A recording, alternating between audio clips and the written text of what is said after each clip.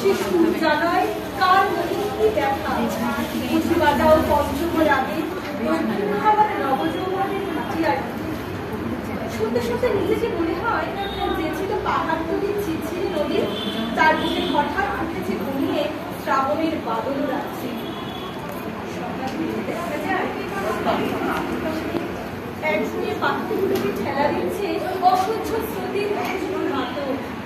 আমার রক্তে নিয়ে আসে তোমার সুর, ঝড়ের ডাক, বন্যার ডাক, আগুনের ডাক, পাজরের উপরে আছাড় খাওয়া মরণ সাগরের ডাক, ঘরের শিকলনারা উদাসী খাওয়ার ডাক, যেন ফাঁক দিয়ে আসে অপূর্ণের সংকীর্ণ খাদে পূর্ণ স্রোতের ডাকাতে ভাসিয়ে দিয়েছি।